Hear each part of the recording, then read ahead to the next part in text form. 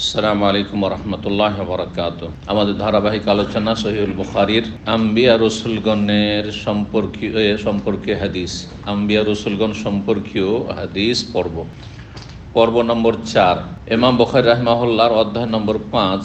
এতে বিষয়বস্তু বলছেন ইমাম বুখারী রাহিমাহুল্লাহ, যেটা গত আলোচনায় শুরু করেছিলাম, বাবু যিকরে ইদ্রিস আলাইহিস সালাম। এই অধ্যায় হচ্ছে ইদ্রিস নবী আলাইহিস সালামের আলোচনা সম্পর্কে। তিনি কে ছিলেন, কোন যুগের মানুষ ছিলেন, নবী ছিলেন? বলছে ওয়াহুয়া জাদ্দু আবি নূহ। ইমাম বুখারী রাহিমাহুল্লাহর মত, তিনি ব্যক্ত করছেন যে তিনি নূহ আলাইহিস সালামের বাবার দাদা, নূহ আলাইহিস সালামের আব্বার দাদা তিনি ছিলেন। তার মানে ইদ্রিস আলাইহিস সালামের যুগ অনেক প্রাচীন যুগ। নূহ আলাইহিস সালাম মানব জাতির প্রথম রাসূল, যেই যুগে মানব জাতি বিভ্রান্ত হয়ে শিরকে, মূর্তি পূজায় লিপ্ত হয়েছিল, যার ফলে তাকে রাসূল করে মানব জাতির হেদায়েতের জন্য, শিরক মুক্ত, কুফরি মুক্ত করার জন্য তাকে রাসূল করে পাঠিয়েছেন। তার বাপের দাদা ওয়াকালো, আর কেউ কেউ বলেছেন, ওয়াকালো মানে বলা হয়েছে, তার মানে দুর্বল মত হচ্ছে যে তিনি নূহ আলাইহিস সালামের বাপের দাদা নয়, বরং জাদ্দু নূহিন আলাইহিস সালাম, নূহ আলাইহিস সালামের দাদা, বাপের দাদা না হয়ে এক পুরুষ নিচে। মানে নূহ আলাইহিস সালামের দাদার নাম ছিল ইদ্রিস নবী আলাইহিস সালাম, তিনি নবী ছিলেন। তার সম্পর্কে সূরা মারইয়ামে আয়াত নম্বর 57-তে আল্লাহ বলছেন যে ওয়াজকুর ফিল কিতাবে ইদ্রিস ইন্নাহু কানা সিদ্দীকান নাবিয়্যা। স্মরণ করো কোরআনে কারীমে কিতাবে ইদ্রিস আলাইহিস সালামের কথা, তিনি ছিলেন মহাসত্যবাদী এবং নবী ছিলেন। সিদ্দিক বলেছেন এবং নবী, তাহলে আম্বিয়া রসুলগণ তারা হচ্ছে সিদ্দিক। জি, আর তাদের অনুসারী যদি খাঁটি অনুসারী হতে পারে, তাহলে নবী রসুল ছাড়াও অন্য কাউকে সিদ্দিক বলা যেতে পারে, মহাসত্যবাদী। যেমন আবু বকর রাদিয়াল্লাহু তাআলা আনহুকে উপাধি দিয়েছেন নবী সাল্লাল্লাহু আলাইহি ওয়াসাল্লাম সিদ্দিক। মুমিন মুসলিমদের কয়েকটি স্তর রয়েছে, জানা আছে? কেউ বলতে পারেন? কোরআনে কারীমের একটি আয়াতে সূরা নিসা আল্লাহ রাব্বুল আলামিন মুমিন মুসলিমদের কয়েকটি স্তরের কথা বর্ণনা করেছেন। যদি কারো জানা থাকে তা হাত উঠান। ওয়া ইউতিল্লাহ ওয়া রাসূলা ফাউলাইকা মাআল্লাযিনা আনআমা আল্লাহু আলাইহিম মিনান নাবিয়্যিন ওয়াস সিদ্দীকিন ওয়াশ শুহাদা ওয়াস সালিহিন ওয়া হাসুনা উলাইকা রাফিকা। হ্যাঁ, আয়াত পড়ে দিলাম। হ্যাঁ, তিনটি। কে বললো চারটি? চারটি, মাশাআল্লাহ। আল্লাহ বলছেন ওয়া ইউতিল্লাহ ওয়া রাসূল, যারা আল্লাহ এবং রসুলের আনুগত্য করবে, আল্লাহ এবং রসুলকে মেনে জীবনযাপন করবে, আল্লাহ এবং তার রাসূল সাল্লাল্লাহু আলাইহি ওয়াসাল্লাম থেকে যা আদেশ নিষেধ এসেছে পুরোপুরি মেনে চলবে, যথাসাধ্য মেনে চলার চেষ্টা করবে। ফাউলাইকা মাআল্লাযিনা আনআমা আল্লাহ, তারা তাদের সাথে জায়গা পাবে জান্নাতে, উচ্চ স্থানে, যাদেরকে আল্লাহ পুরস্কৃত করেছেন। আনআমা আল্লাহু আলাইহিম, সূরা ফাতিহাতে যাদেরকে আনআমতা আলাইহিম বলেছেন আল্লাহ রাব্বুল আলামিন, পুরস্কৃত তারা। পুরস্কৃতরা শুধু মুমিন মুসলিম, আর বাকিগুলো অভিশপ্ত। মুমিন মুসলিম ছাড়া পৃথিবীর সমস্ত মানব জাতি অভিশপ্ত, এতে কোনো সন্দেহ নেই। কাফের মুশরিক যত ক্যাটাগরি আছে। তো আনআমা আল্লাহু আলাইহিম, কারণ সূরা ফাতিহাতে মানব জাতিকে আল্লাহ তিন ভাগে ভাগ করেছেন, আনআমতা আলাইহিম, আর মাগযুব আলাইহিম, আর দল্লিন। বোঝা গেছে না? তো যারা জানলো, আর কি জানলো? আল্লাহর বিধান জানলো, আসমানি সিলেবাস জানলো, ওহী সম্পর্কে জানলো, আল্লাহর আদেশ নিষেধ কি, আল্লাহ কার মাধ্যমে আমাদেরকে সত্য দিন জান্নাতের পথ দেখিয়েছেন, জানলো। প্রথম জানা শর্ত, আর জানার পরে আমল করলো। এরা হচ্ছে আনআমতা আলাইহিম, আল্লাহ তুমি যাদেরকে পুরস্কৃত করেছো। ওদের কথায় আল্লাহ সূরা নিসার আয়াতে বলছেন ফাউলাইকা মাআল্লাযিনা আনআমা আল্লাহু, আর ওখানে আনআমতা আলাইহিম, এখানে আনআমা আল্লাহু আলাইহিম, পুরস্কৃত। এরা হচ্ছে মুমিন, যারা মানে সত্যিকারের মুমিন, সঠিক দিন সম্পর্কে জ্ঞান অর্জন করলো এবং বিশুদ্ধ আমল করলো, আকীদা ঠিক, আমল ঠিক, এবং ফরজ ওয়াজিব পুরোপুরি, হারাম নাজায়েজ থেকে যথাসাধ্য বাঁচার চেষ্টা করলো, ইত্যাদি। আর একদল হচ্ছে মাগযুব আলাইহিম, যারা জানলো কিন্তু জানার পরেও মানলো না, এরা গজব প্রাপ্ত। এদের প্রথম সারিতে, প্রথম লাইনে হচ্ছে ইহুদিরা। আর যে কোনো জাতির, এমনকি মুসলিম জাতির, যারা জানে তারপর আমল করে না, মাদ্রাসা পড়ুয়া কিন্তু তারা শিরকি বিদাতি ধর্মকর্ম করে, মাজার পূজার ধর্মের বক্তা হচ্ছে তারা মাদ্রাসা পড়া, আরবি ভাষা বুঝে, কোরআন হাদিসের ভাষা তাদের অনেকে ভালো বুঝে, অনেকে অধিকাংশ কম বুঝে, কিন্তু তাদের কিছু আছে, বিজ্ঞ আছে যারা আরবি ভাষার পণ্ডিত, বড় বড় ডিগ্রি লাভ করেছে, কিন্তু তারা হেদায়েত পায়নি। এই যতগুলি পীরতন্ত্রের আপনার গোমরাহিতে নিমজ্জিত ফিরকা যেগুলি, এরা হচ্ছে মাগযুব আলাইহিম, জানার পরে মাদ্রাসা পড়ুয়া বিদাতি পথভ্রষ্ট গোমরাহ। অথবা বেআমল, হাফেজ আলেম কিন্তু নামাজ ঠিক নেই, ফজরে মোটেই নেই, ফরজ অজেবে ঘাটতি, হারাম নাজায়েজ বিভিন্ন হারাম ব্যবসায় জড়িয়ে আছে। এখানে মেলা মোল্লা আছে বাংলা ভাষী যারা ভিসার ব্যবসার সাথে জড়িত, হারাম রুজি তাদের, বিভিন্ন হারাম ব্যবসায় জড়িয়ে আছে, থাইল্যান্ডের লটারির সাথে জড়িত, হারাম রোজগার করে। এরা মাগজুব আলিম, জানে হালাল হারাম জায়েজ নাজায়েজ এবং আরবি ভাষা কোরআন হাদিসের ভাষা বুঝে তারপর মানে। এরা হচ্ছে ইহুদিদের অনুসারী। ইহুদিরা জানতো তাওরাত, ভবিষ্যৎবাণী জানতো শেষ রসুল সম্পর্কে, তারপরে তারা মানেনি। আর একদল হচ্ছে হতভাগা, দললিন, পথভ্রষ্ট, গোমরা, রাস্তা হারিয়ে ফেলেছে। এরা কারা? এদের প্রথম লাইনে হচ্ছে খ্রিস্টানরা। আর ওদের যারা ওদের ক্যাটাগরির, ওদের বৈশিষ্ট্য যাদের মধ্যে রয়েছে, তারা হচ্ছে জানেও না আর পালনও করেন না। মুসলিম সমাজের অধিকাংশ অজ্ঞ জনগণ, এরা ইসলাম সম্পর্কে কিছু জানেও না আর আমলও করেন না। বিশ্বাস করবেন, গত সপ্তাহে জেলে একটা বক্তব্য ছিল, তো সীমিত আকারে মাত্র 5 জনকে নিয়ে আসা হলো, কারণ সময় বেশি নেই, আর তারপর জায়গায় সংকলন কয়েক ভাষা, তো চলো 5 জনকে চিন্তা করলাম যে যখন 5 জন, তো এক একজনের সাথে একটু কথা বলি। তা আমি কিছুটা দিনী কথা, আকীদা, আমল আখলাকের কথা বলে, আর মানুষের পাপ হচ্ছে শাস্তির কারণ, এই জেলে আসার কারণ হচ্ছে মানুষের পাপ ইত্যাদি, এসব সাধারণত এগুলো বিষয় খুব জরুরি তাদের জন্য, যে কি জন্য এখানে পৌঁছেছে। অধিকাংশ লোক নিশ্চয়ই কোনো অপরাধে জড়িত হয়েছে, যখন ধরা খেয়েছে তখন অপরাধ, তার আগে অপরাধ, মেলা অপরাধ জমা হয়ে আছে। জি, তো অনেকে মনে করছে যে আমি তো নির্দোষী ছিলাম। আরে এই কেসে তুমি নির্দোষী ছিলে, কিন্তু তার আগে তুমি কত যে অপরাধ করেছো, তারপর আল্লাহ পকড়াও করেছে, এমন জায়গায় পকড়া করেছে সেখানে তুমি নির্দোষী ছিলে, বোঝা গেছে না? তো কিন্তু তোমার আযাবের কারণগুলো মেলা জমেছিল আল্লাহর কাছে, শাস্তি দিয়েছিল। সতর্ক সাবধান যার বিভিন্ন ক্রাইমে জড়িয়ে আছেন, অপরাধে জড়িয়ে আছেন তার। তো যাই হোক, শেষখানে বললাম যে আচ্ছা একটু সূরা ফাতিহা শোনান। 2 জন সুন্দর শোনাইলো 3 জনের মধ্যে, আর 5 জনের মধ্যে 3 জনই পূর্ণ সূরা ফাতিহা শোনাতে পারলো না। যারা সূরা ফাতিহা শোনাতে পারলো না, আপনি কি আশা করছে আত্মাহিয়াত শোনাতে পারবে, দরুদ শোনাতে পারবে? সূরা ফাতিহা ছাড়া সালাত হয় না, নামাজ হয় না, ফরজ নফল কিছু হবে না, আত্মাহিয়াত ছাড়া নামাজ হয় না। চিন্তা করুন তাহলে কি অবস্থা। এরা হচ্ছে দললিন। আর পরিসংখ্যান এখান থেকে 5 জন থেকে পরিসংখ্যান বের করেন যে 5 জনের 3 জনই যখন এই অবস্থায় দললিন, যে সূরা ফাতিহা যদি 5 ওয়াক্ত নামাজ পড়ে, তো সূরা ফাতিহা ভুল হওয়ার কথা, কারণ এটা প্রথম তাকবীরে তাহরিমার পরে যেটা ফরজ, সেটা সানা ফরজ নয়, সূরা ফাতিহা। এটা হচ্ছে আজকে মুসলিম উম্মার দুর্দশা, ধর্মীয় দুর্দশা, ইসলামী দুর্দশা, যার ফলে দুনিয়ার আযাব। তো এরা হচ্ছে দললিন, যারা জান্নাতের রাস্তা হারিয়ে ফেলেছে, দিনের জ্ঞানও অর্জন করলো না, অধম, আর আমলও করলো না, দুনিয়ার জন্য সব করছে, হালাল হারাম করে রাতারাতি বড় লোক হইতে হবে, বেঈমানি আত্মসাৎ করে আর বিভিন্ন রকম জুলম অত্যাচার করে, যে যেখানে যেমন করে পারে, আল্লাহ হেফাজত করে। এরা দললিন। ইসলাম সম্পর্কে জ্ঞান অর্জন করে বেআমল যদি হয়, তাহলে তারা হচ্ছে মাগজুব আলাইহিম, ইহুদি ক্যাটাগরির লোক। আর যদি জ্ঞান অর্জন না করে, যেমন অনেকে শিখতে আসেন না, পাশে বাস করে, শিখেনও না, আমলও করেন না, দললিন, খ্রিস্টান ক্যাটাগরি। সোজা কথা, মানব জাতি এই 3 ভাগে বিভক্ত, 3-এর বেশি নয়। এটা হচ্ছে একটা ভাগ। আর একটা ভাগের ধরন হচ্ছে অন্যরকম, যেটা সূরা বাকারা প্রথম দিকে, প্রথম রুকুতে আপনি খুঁজে পাবেন, আপনি প্রথম দিকে, মুমিন মুত্তাকিন, আর একবারে খালেস কাফের, হাঁটি কাফের। আর আরেক দল হচ্ছে মুমিন আর কাফের মাঝামাঝি, ওয়ামিনান নাস মান ইয়াকুলু আমান্না বিল্লাহি ওয়া বিল ইয়াউমিল আখির ওয়া মা হুম বিমুমিন, যারা বলে আমরা ঈমান নিয়ে এসেছি কিন্তু আসলে মুমিন না। তারা কারা? মুনাফিক। এটা মুসলিম জাতি তো এই 3 ভাগ, আপনি বা মানব জাতিতে 3 ভাগ পাবেন। একদল খালেস কাফের, যারা অমুসলিম অথবা আপনার ইমান ভঙ্গ করে, প্রকাশ্যে ইমান ভঙ্গ করেছে, মুরতাদ হয়ে গেছে। আর একদল বাহ্যিক তো বলছে মুসলিম, কিন্তু মুসলিম ইসলামের আর মুসলিম দেশের কোন হিতাকাঙ্ক্ষী নয়, কল্যাণ চায় না, তারা সর্বনাশ করে দুনিয়ার স্বার্থের জন্য, মুনাফিক।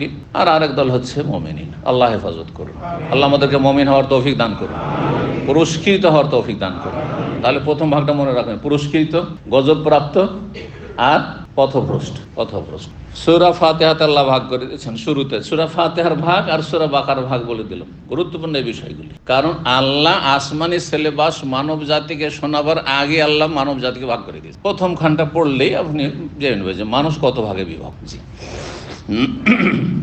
কি বলছিলাম?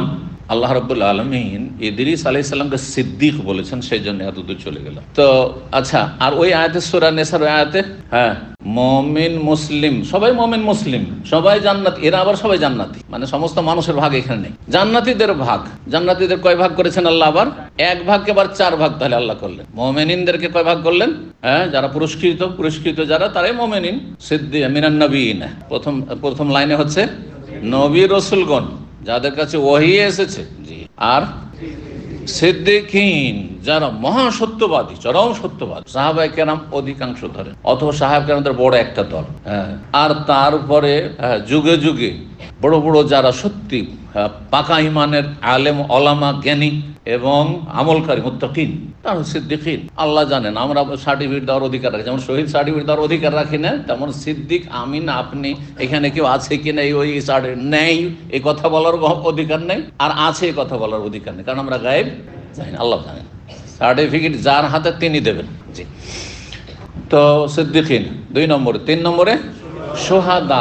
সোহাদার 2টি তফসির। একটা তফসির সবাই জানছেন, যারা আল্লাহর রাস্তায় আল্লাহর কালেমা উঁচা করার জন্য শহীদ, আবার কথিত শহীদ নয়, আল্লাহর কালেমা উঁচা করার জন্য শহীদ। অথবা নিরীহ ব্যক্তি রাস্তায় বেরিয়েছিল, কেউ মেরে দিল, কোনো দিক দিয়ে যে কেউ মারুক না কেন, সে শহীদ। নিজের ডিফেন্স করার জন্য, বা নিজের বাড়ি ঘরের ডিফেন্সের জন্য, নিজের পরিবারের ডিফেন্সের জন্য, রক্ষার জন্য, নিজের ধন সম্পদ চোর ডাকাত ঢুকেছে, রক্ষা করতে গিয়ে দিচ্ছিল না, তাকে খুন করে দিল, সে শহীদ হয়। আর 1 নম্বর শহীদ হচ্ছে আল্লাহর কালেমা উঁচা করতে, মান কাতালা লিতাকুনা কালিমাতুল্লাহি আল-উলিয়া ফাহুয়া ফি সাবিলিল্লাহ। শহীদ তাহলে শহীদ, যাকে তাকে শহীদ ট্যাগ লাগাবেন না, আল্লাহ ভালো জানেন, আল্লাহর উপর ছেড়ে দেন। জি, তবে দোয়া করতে পারেন, মজলুম, নির্যাতিত, আল্লাহ তার শাহাদাত কবুল করুন। কিন্তু আপনার কোন অধিকার আছে? কারো অধিকার নেই। সাহাবায়ে কেরামদের অধিকার ছিল, নবী সাল্লাল্লাহু আলাইহি সাল্লাম ধমক দিয়েছেন, ওমা ইউদরিক, তুমি জানলে কি করে যে শহীদ? সাহাবায়ে কেরামদের কেউ ওহী নাজিলের জামানে বলছেন। জি, তো যাই হোক, সোহাদা মানে শহীদ, এটা সবাই জানছেন, কিন্তু আর একটি তফসির, সেটা খুব কম লোকই জানেন। সেটা কি? সোহাদা মানে সাক্ষ্য প্রদানকারী। শহীদ মানে যেমন আল্লাহ রাস্তার শহীদ হয়, শহীদ মানে শাহেদা ইয়াশহাদু থেকে শহীদ বা শাহেদ মানে সাক্ষী। যে সাক্ষী, কিসের সাক্ষী? আল্লাহর ওয়াহাদানিয়াত, একত্বের সাক্ষী। আল্লাহর একত্বের যারা সাক্ষী দেয় তাদেরকে আল্লাহ আবার সূরা আল ইমরানে বর্ণনা করেছে আরেকটি আয়াতে। শাহেদ আল্লাহ, স্বয়ং আল্লাহ সাক্ষী দিচ্ছেন, আন্নাহু লা ইলাহা ইল্লাহু, আল্লাহ ছাড়া কোনো সত্য মাবুদ নেই। 1 নম্বর সাক্ষী কে এর? কালেমা তাওহীদ, আল্লাহর একত্বের, তৌহিদের সাক্ষী কে? স্বয়ং আল্লাহ। আর কে? ওয়াল মালায়েকা, তো 2 নম্বরে ফেরেশতাগণ। জি, মালায়েকা, জিবরিল থেকে শুরু সমস্ত ফেরেশতা। আর তারপরে না, ওয়া উলুল ইলমি কায়িমান বিল কিসত, এবং জ্ঞানীরা, এলেমওয়ালারা, যারা দ্বীন সম্পর্কে, ওহী সম্পর্কে জ্ঞানী এবং ন্যায় পরায়ণ, কায়িমান বিল কিসত, আবার জানার পরে যারা ন্যায়ের উপর প্রতিষ্ঠিত, মানে কোরআন সুন্নাহর আলেম, ন্যায় কথা, ন্যায় সঙ্গত কথা বলে, আবেগী কথাবার্তা বলে না, দুনিয়ার স্বার্থে কাজ করেন না, দ্বীনের স্বার্থে কাজ করে। উলুল ইলমি কায়িমান বিল কিসত, তাহলে ওলামা, হক্কানি ওলামা। তাহলে এখানে আপনার সাহাবায়ে কেরামদের মধ্যে যারা ওলামা, তারপরে তাবেঈনদের মধ্যে ওলামা, তারপর তাবেঈনের যুগে ওলামা, ইমাম আবু হানিফা, শাফি, মালিক, আহমদ, ইমাম বুখারী, ইমাম ইবনে তাইমিয়া, ইমাম মুহাম্মদ বিন আব্দুল্লাহ, এইরকম যাদের দ্বারা ইসলামের খেদমত হয়েছে যুগে যুগে, তারপরেও যারা তার চাইতে ছোট আছে তারাও শামিল তাতে, ওলামা। কিন্তু ওলামা আমাদের দেশি মসজিদের হুজুর হয়ে গেলে ওলামা, বক্তা হয়ে গেলে ওলামা, আর শেখ না, এটা নেই। আবার কথা বোঝা গেছে না? না, ওগুলো না। তো ওলামা, তাহলে 3 নম্বরে কার নাম আসলো? সিদ্দিকিনদের পরে শহীদ বা ওলামা। জি, আর 4 নম্বরে এই তফসিরটি পাবেন শাইখ হোসেন রাহিমাহুল্লাহর আমপারা তফসিরে পাবেন, যে তিনি বলেছেন সোহাদা মানে হচ্ছে, সোহাদার তফসির হচ্ছে আরেকটি ওলামা। জি, আর কারণ একটা আলেম যে আমলদারি আলেম, আমল করে, আর একজন সাধারণ মানুষ অশিক্ষিত, মানে দিন সম্পর্কে জানে না, আমল করে, 2জন সমান হইতে পারে? আল্লাহ বলছে সমান না। যেমন রাত দিন সমান না, আলো অন্ধকার সমান না, রোদ আর ছায়া সমান না, এভাবে আল্লাহ তুলনা করেছেন। কুল হাল ইয়াস্তাবিল্লাযিনা ইয়ালামুন ওয়াল্লাযিনা লা ইয়ালামুন, যারা জ্ঞানী আর যারা জ্ঞানী নয় সমান? একজন প্রত্যেকটা দুয়ার, সূরার আর প্রত্যেকটি তসবির অর্থ বুঝে সালাত আদায় করছে, আর একজন খুব পরেশগারির সাথে সালাত আদায় করছে, পাবন্দের সাথে, কিন্তু কিছুই বুঝে না। বলুন তো সানা যে পড়লেন এর মানে কি? বলছে জানি না, কিন্তু সুন্দর মুখস্থ আছে। সুবহান রাব্বিল আযীম বেশি বুঝি না। সমান? মোটেই সমান না। কোয়ালিটি নামাজের একই রকম হবে না? মোটেই হবে না। এই জন্য তারপরে আল্লাহ বলছেন ওলামাদের পরে আর শুহাদাদের পরে কি বলছেন? ওয়াসসালিহিন, ফাউলাইকা মাআল্লাযিনা আনআমা আল্লাহু আলাইহিম মিনান নাবিয়্যিনা ওয়াস-সিদ্দিকিনা ওয়াশ-শুহাদায়ে ওয়াস-সালিহিন। সালেহিন মানে নেক লোক যারা, সালেহিন হয়তো মুসলিহীন নয়, মানে অন্যের সংশোধন করতে দায়ী নয়। যারা শুহাদা তারা দায়ী হবে, কিন্তু যেহেতু তাদের কাছে এলম আছে, আর দায়ী হওয়ার জন্য, দিনের দাওয়াত দেওয়ার জন্য এলম জরুরি, বিনা এলম অজ্ঞতার সাথে নয়। কিন্তু সালেহীনের জন্য নিজের আমল করার সমান কোন রকম জানে, এতে পরেশগার হইতে পারে, মুত্তাকি হইতে পারে। জি হ্যাঁ, সালেহীন এরা হচ্ছে পুরস্কৃত। এই চার শ্রেণীর মানুষ হচ্ছে পুরস্কৃত। এরা সকলেই মমিন। আম্বিয়া রসুলগণ মমিন, শহীদরা মমিন, ওলামারা মমিন, আর জনসাধারণ মুত্তাকি পরেশগার যারা ফরজ ওয়াজিব আদায় করে, কমপক্ষে হারাম নাজায়েজ থেকে বেঁচে থাকে, কাবিরা থেকে বেঁচে থাকে, আর তারপরে জনকল্যাণমূলক কাজ করে, আল্লাহর হক আদায় করে, মানুষের হক নষ্ট করে না, আদায় করে, তারা হচ্ছে সালেহীন। আল্লাহ রাব্বুল আলামিন তাদের দলে শামিল করুন। তো বলছিলাম, আল্লাহ বলছেন ওয়াজকুর ফিল কিতাব ইদরিস ইন্নাহু কানা সিদ্দিকান নাবিয়্যা, তিনি সিদ্দিক ছিলেন আর নবী ছিলেন। দেখেন, সিদ্দিক ছিলেন আর নবীও ছিলেন, মানে প্রথম লাইনেও, আর দ্বিতীয় লাইনে যে বৈশিষ্ট্য মহাসত্যবাদী, সেটা নবীরা সবাই কিন্তু সিদ্দিক। আবার নবীদের মধ্যে আবার এটা বলতে মানে সাহাবায়ে কিরামের মধ্যে যেমন বললাম যে সবাইকে সিদ্দিক বলা যাবে না, হ্যাঁ, তাদের মধ্যে কিছু সোহাদা, কিছু ওলামা, কিন্তু তারা সিদ্দিকের পর্যায়ে পৌঁছেনি। ইমান নিয়ে এসেছে, নবী সাল্লাল্লাহু আলাইহি সাল্লামের সাথে 2-4 বার 10টা দার্সে দেখা হয়েছে, 10টা আলোচনায় দেখা হয়েছে, 6 মাস 1 বছর, অথবা ইসলাম গ্রহণ করে চলে গেছে, আমল করতে থেকেছে। আর কেউ 10 বছর, 20 বছর, 23 বছর সাথ দিয়েছে, সমান? ওটাই সমান না। তো কিন্তু নবী রাসূলগণ সকলে কি? সকলেই সিদ্দিক, সকলে সিদ্দিক। ইদ্রিস আলাইহিস সালামকে সিদ্দিক বলেছেন, মানে এই কথা বলতে পারেন না যে মুসা আলাইহিস সালাম, ঈসা আলাইহিস সালাম সিদ্দিক না, সবাই সিদ্দিক। জি, জাকারিয়া ইয়া সিদ্দিক না, সবাই সিদ্দিক। জি, ইন্নাহু কানা সিদ্দিকান নাবিয়্যা, নবী ছিলেন। ওয়া রাফানাহু, এবং তাকে উন্নীত করেছি, মাকানান আলিয়্যা, সুউচ্চ স্থানে, মানে সম্মানের দিক থেকে, মর্যাদার দিক থেকে। দুনিয়ায় নবুয়তের মর্যাদা দিয়ে নবী করে, এবং জান্নাতে সুউচ্চ স্থানে উন্নীত করব। হ্যাঁ, কিন্তু এই আয়াতের তাফসিরে আরেকটি অপব্যাখ্যা হচ্ছে যে আল্লাহ ইদ্রিস আলাইহিস সালামকে জীবন্ত আকাশে উঠিয়ে নিয়েছেন, যেমন ঈসা আলাইহিস সালাম উঠিয়েছেন। এটি বেদাতীদের তাফসির, এই তাফসিরের কোনো সহি সনদ নেই। জি, 3342 নম্বর হাদিস, হাদিস লম্বা হাদিস, যে হাদিসে বেশ কিছু নবীদের কথা রয়েছে যাদের সাথে নবী সাল্লাল্লাহু আলাইহি ওয়াসাল্লাম মেরাজের সফরে দেখা হয়েছিল বিভিন্ন আকাশে। তার মধ্যে একজন ছিলেন ইদ্রিস আলাইহিস সালাম। ওই জন্য এই হাদিসটি নিয়ে এসেছেন, পুরো 1 পৃষ্ঠা যাবে ওতে। আনাস বিন মালিক রাদিয়াল্লাহু তাআলা আনহু বলছেন, কান আবু যার রাদিয়াল্লাহু, আবু যার রাদিয়াল্লাহু তাআলা আনহু হাদিস বর্ণনা করতেন, মাঝে মধ্যেই করতেন। কিসের হাদিস? মেরাজের হাদিস। আন্না রাসূলুল্লাহ সাল্লাল্লাহু আলাইহি ওয়াসাল্লাম, রাসূলুল্লাহ সাল্লাল্লাহু আলাইহি ওয়াসাল্লাম বলেন, ফরিজান সাকফে বাইতি, আমার বাড়ির ছাদ কি করা হলো? ছিদ্র করা হলো। হ্যাঁ, ছিদ্রকে ফারাজ বলে, ছিদ্রকে ফারাজ বলে, এই জন্য গুপ্তাঙ্গকে ফারাজ বলা হয়, ফারজ।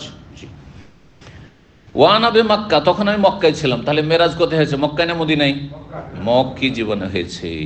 নবী সাল্লাল্লাহু আলাইহি ওয়াসাল্লামের প্রিয়তমা স্ত্রী খাদিজা রাদিয়াল্লাহু আনহা ইন্তেকাল হয়ে গেল, আর এই অল্প সময়ের মধ্যেই আবু তালেবের ইন্তেকাল। আবু তালেব যদিও কাফের, কিন্তু সবচেয়ে বেশি হিতাকাঙ্ক্ষী রাসূলুল্লাহ সাল্লাল্লাহু আলাইহি ওয়াসাল্লাম। কাফেরদের মধ্যে, আত্মীয়দের মধ্যে শুধু ঈমান নসিব হলো না গোঁড়ামির কারণে, অন্ধত্বের কারণে। তাহলে হক সত্য গ্রহণে বাধা হচ্ছে অন্ধত্ব আর গোঁড়ামি। জি, তো নবী সাল্লাল্লাহু আলাইহি ওয়াসাল্লামের যে সান্ত্বনার জন্য যেসব ব্যক্তিত্ব ছিলেন ডানে বামে, তাদেরকে হারিয়ে ফেললেন। হ্যাঁ, শোকের বছর, সে বছরটি বলা হয় আমল হুজ, শোকের বছর। আল্লাহ রাব্বুল আলামিন তাকে বড় ধরনের একটা সান্ত্বনা দেওয়ার জন্য 7 আসমানের ওপর সফর করাইলেন, যাতে করে ঈমান আরো মজবুত হয়ে যায়, আর ডানে বামে যারা ছিল নেই, এতে কোন রকমে তার ওপর যেন প্রভাব না পড়ে। তো ওই সময়টাই মেরাজ হয়েছিল। আর তারপরে সেই মেরাজের সফরে 5 ওয়াক্ত সালাত ফরজ করা হয়েছে, সেই ঘটনা আসছে। মক্কায় ফানাজালা জিবরিল আলাইহিস সালাম নেমে আসেন, ফারাজা সাদরি, আর তারপরে আমার বক্ষ বিদীর্ণ করলেন। এখানে ফারাজা শব্দ এসছে, তাহলে বিদীর্ণ করা মানে ফাড়া, ফাটানো, আর ছিদ্র করা, কাছাকাছি সব অর্থ। সুম্মা গাসালাবে মায়ে জামজাম, তার জমজম পানি দিয়ে ধুয়ে দিলেন। সুম্মা যাবে তাস্তিমিন জাহাব, তারপরে স্বর্ণের একটি তস্ত নিয়ে আসলেন, যেটাকে তস্তরি বলে। তস্তরি বুঝলেন? এককালে মেহমানদের হাত ধোয়াবার জন্য কি করতো? কি বলতেন আপনারা? সিলেমসি বলেন, তস্তরিও বলে কোনো কোনো অঞ্চলে। সিলেমচি, আচ্ছা, উঠে গেছে তাই না? অথচ খুব ভালো জিনিস ছিল। এখন যদি বলে হাত ধুবো, দেন একটু এর উপরে ধুয়ে নেন, দস্তরখানে ধুয়ে নেন, আর না হলে একটা থালা নিয়ে আসছে, ভালো লাগছে না, কিন্তু কত সুন্দর মধুর জিনিস ছিল। তো আগের এই না যে পুরানো সবগুলি ওয়াসার, এই জন্য পুরানো নতুন মিলিয়ে যারা জীবন যাপন করছেন তাদের জীবনটা পারফেক্ট জীবন আমি মনে করি। বুঝতে পারছেন না? আমাদের পুরানো অভিজ্ঞতা আছে আর নতুন অভিজ্ঞতা আছে, কিন্তু আমাদের ছেলে মেয়েদের যে জেনারেশনটা আছে বা এই যে যুবকগুলো যেগুলো আছে, এরা নতুন পেয়েছে, এরা আসতে মাত্রই টেলিফোন আর টিভি আর মোবাইল আর তারপর ইন্টারনেট পেয়ে গেল, তাই না? আর আমরা এমন একটা যুগে থেকেছি যে চিঠিটাও 1 মাস লাগতো আসতো। মদিনা ইউনিভার্সিটিতে ছিলাম, 1 মাস লাগতো অনেক সময় চিঠি আসতো।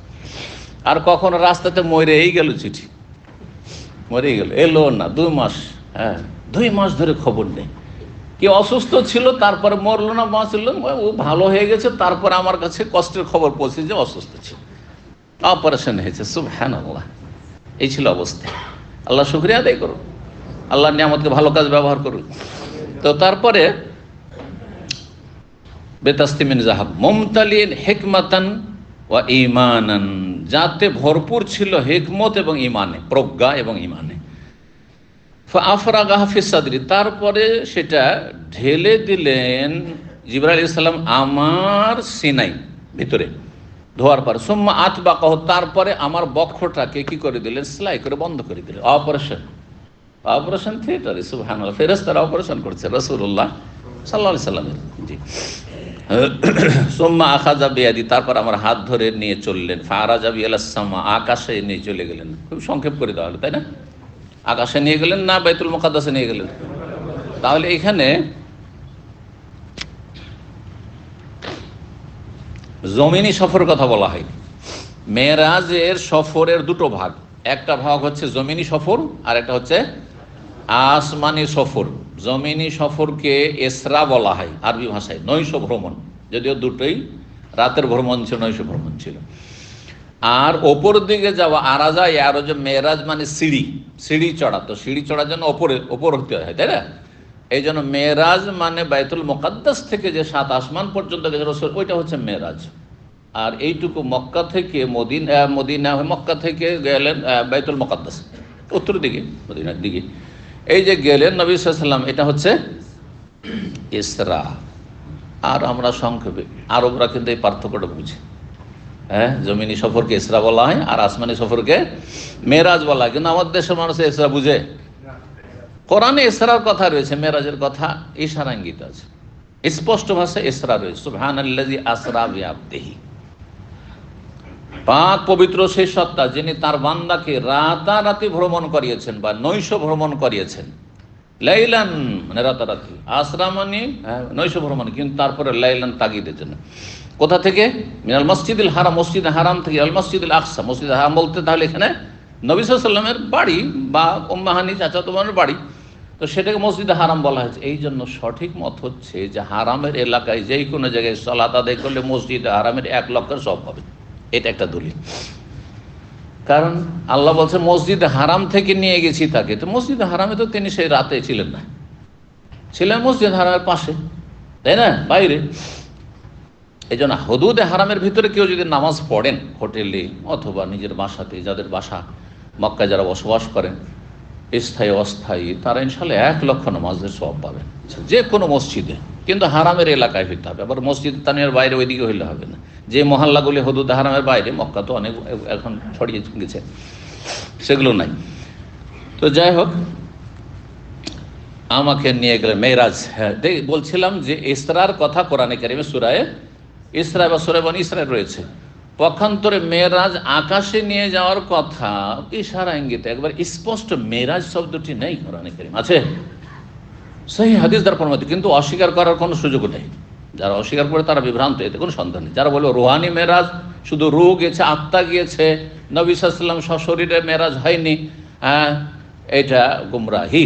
যদিও কিছু কিছু ভালো লেখক যারা সিরাতুন নবী, তারাও এই ক্ষেত্রে বিভ্রান্ত হয়েছে, কিন্তু আহলে সুন্নাত ওয়াল জামাত এই ক্ষেত্রে বিভ্রান্ত নাই।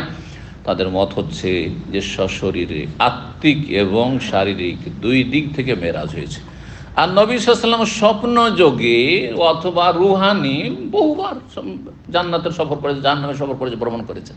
বিভিন্ন হাদিসে রয়েছে জান্নাতের দৃশ্য দেখলাম, জাহান্নামের দৃশ্য দেখলাম, সেটা স্বপ্নে। স্বপ্নে আত্মা যায় কিন্তু শরীর যায় না, শরীর আপন জায়গাতে যেখানে শুয়ে আছেন সেখানে। তো কোথায় রয়েছে তাহলে? মেরাজের ইশারা ইঙ্গিত সূরা নাজমে, সুম্মা দানা ফাতাদাল্লা ফাকানা কাবা কাউসাইনি আও আদনা ফাআওহা ইলা আবদিহি মা আওহা, এই আয়াতগুলিতে। তো বলছেন যে আকাশে নিয়ে গেলে, ফালাম্মা জাইলা সামাই দুনিয়া, যখন নিকটবর্তী আকাশে, দুনিয়ার আকাশ মানে প্রথম আকাশ, নিকটবর্তী আকাশে গেলেন। কালা জিবরিল বললে খাজানি সামা, আকাশের রক্ষীকে ইফতাহ খোলো। কালা মান হাজা, কে? কাল হাজা জিবরিল, মানে আমি হচ্ছি জিবরিল। কালাম মা কা আহাদ, আপনার সাথে কেউ আছে? ভাষার পার্থক্য, কোন রিওয়ায়াতে ওমান মাক, আপনার সাথে কে? কালাম মাই মোহাম্মদ, আমার সাথে মোহাম্মদ সাল্লাল্লাহু আলাইহি ওয়াসাল্লাম রয়েছেন। কালা, তখন ওই আকাশের রক্ষী ফেরেশতা বলছেন উরসিলা ইলাইহি, তার কাছে পাঠানো হয়েছে। পাঠানো হয়েছে দুটো তাফসীর, এর আগে কিন্তু হাদিসটা গিয়েছে, দেখি কে কতটা মনে রেখেছেন। তার কাছে পাঠানো হয়েছে, উরসিলা ইলাইহি দুটো ব্যাখ্যা, একটি হচ্ছে তাকে ডেকে পাঠানো হয়েছে, মানে আজকে নিয়ে যাওয়ার জন্য পাঠানো হয়েছে আকাশে। তাহলে বোঝা যাচ্ছে যারা সিকিউরিটির দায়িত্বে থাকবেন, হ্যাঁ, যারা গার্ড ওইরকম হবেন, কোথাও পাহারায় নিযুক্ত আছেন, আপনার আমানত হচ্ছে যে কোনো পর্যায়ের ব্যক্তি আসুক না কেন, এই নয় যে হ্যাঁ বড় একজন ক্ষমতাধর এসেছে, বড় একজন অফিসার এসেছে, সেই জন্য আর জিজ্ঞাসাবাদ না। আপনার যদি সন্দেহ থাকে অবশ্যই জিজ্ঞাসা করুন, আইডি চেক করার অধিকার আছে, একটা কনস্টেবলের অধিকার আছে যে আইডি চেক করে বড় বড় ব্যক্তির। জি, হতে পারে অন্য কেউ ঢুকে যেতে পারে, আমি জানি কে কে না কে, চেক করার অধিকার আছে। আর আপনার রাগ করার কিছু নেই, এখানে রাগ করার কিছু নেই, সেটা তার ডিউটি, সেটা আমানত। জি, এই না জিবরাইল আলাইহিস সালামকে কে জানে না? হ্যাঁ, সমস্ত ফেরেশতারা জানে, তাই না? তারপরে কে আপনি? জিবরাইল, আপনার সাথে না, আমি যাকে ইচ্ছা তাকে সাথে নিয়ে আসবো। আরে তোমার জিজ্ঞাসা করার কি বললেন নাকি? হ্যাঁ জি, এতে শিক্ষা রয়েছে, আদবের শিক্ষা রয়েছে। জি, উরসিলা ইলাইহি, তাকে ডেকে পাঠানো হয়েছে। আর একটি তাফসীর ব্যাখ্যা হচ্ছে উরসিলা ইলাইহি মানে তাকে রাসূল বানানো হয়েছে, রাসূল বানানো হয়েছে। দুটোই ব্যাখ্যা প্রমাণ করে যে আকাশের রক্ষী ফেরেশতা গায়েব জানে না, প্রমাণ করে না। যদি গায়েব জানতো তো অলরেডি জানতো যে জিবরাইল গেছেন, জমিনে গিয়েছেন, মক্কায় গিয়েছেন কি করতে? হ্যাঁ, নবীকে নিয়ে আসার জন্য। তাও জানেন না তিনি। রসুল হয়ে 10 বছর প্রায় হয়ে গেছে, মেরাজের 10 বছর আগে রসুল হয়েছেন তিনি, 10 বছর হয়ে, তাও জানেন না যে শেষ নবীকে নবী করা হয়েছে কি হয়নি, তার কাছে রেসালাত গেছে কি যায়নি, তাই না? তাহলে ফেরেশতারা যদি গায়েব না জানে, তোমার জিন কি করে গায়েব জানবে? আমাদের দেশে বলে জিনের সাহায্যে উনি বলছেন যে অমুক জায়গায় জাদুর মন্ত্রতন্ত্র পোতা আছে, বলে না? বলে না? শিরকি আকীদা নাই? জিন কি করে জানলো? জিন বেশি জ্ঞানী না ফেরেশতার বেশি জ্ঞানী? চিন্তা করুন তো দেখি। তাহলে ফেরেশতা জানছে না গায়েব, কোরআন হাদিস প্রমাণ করছে। আসমান জমিনে, আল্লাহ কি বলছেন সূরা নামলে, আসমান জমিনে আল্লাহ ছাড়া কেউ গায়েব জানেন না। বল হে নবী, ঘোষণা করে দাও, লা ইয়ালামু মান ফিস সামাওয়াতি ওয়াল আরদিল গায়বা ইল্লাল্লাহ, আল্লাহ ছাড়া দ্বিতীয় কেউ গায়েব জানে না। আচ্ছা, বেরেলভী মাজারিদের আকীদা যে নবী আলমুল গায়ব, হাজির নাজির, হ্যাঁ, সব কিছুর ক্ষমতা রাখেন তিনি, দোজাহানের বাদশাহ। দোজাহানের বাদশার অর্থ যদি এই নেন যে দুনিয়া আখেরাতের তিনি মালিক, জান্নাত জাহান্নামের মালিক, রুজির মালিক, তাহলে বড় শিরক, বড় কুফর। তাহলে আপনি মুসলমান হতে পারেননি। আপনি যে নবী হ্যাঁ রুজির মালিক, নবী হায়াত মওতের মালিক, নবী জান্নাতের মালিক, জাহান্নামের মালিক, তাহলে আপনি মুসলিম হতে পারেননি। হ্যাঁ, সে কি কুফর। আর যদি দোজাহানের বাদশার আর একটা অর্থ করতে পারেন, যেটা অনেকে, যে দোজাহানের বাদশাহ মানে হ্যাঁ তিনি সবচাইতে শ্রেষ্ঠ ব্যক্তি, যত পৃথিবীর রাজা টাজা এসেছে, বাদশাহ এসেছে আর খলিফা এসেছে, সবার শ্রেষ্ঠ দাউদ আলাইহিস সালাম খলিফা ছিলেন, সুলাইমান আলাইহিস সালাম খলিফা ছিলেন, ছিলেন না? নবী আর খলিফা ছিলেন, হ্যাঁ, রাজা ছিলেন। তাদের চাইতে শ্রেষ্ঠ মুহাম্মদ সাল্লাল্লাহু আলাইহি ওয়াসাল্লাম না?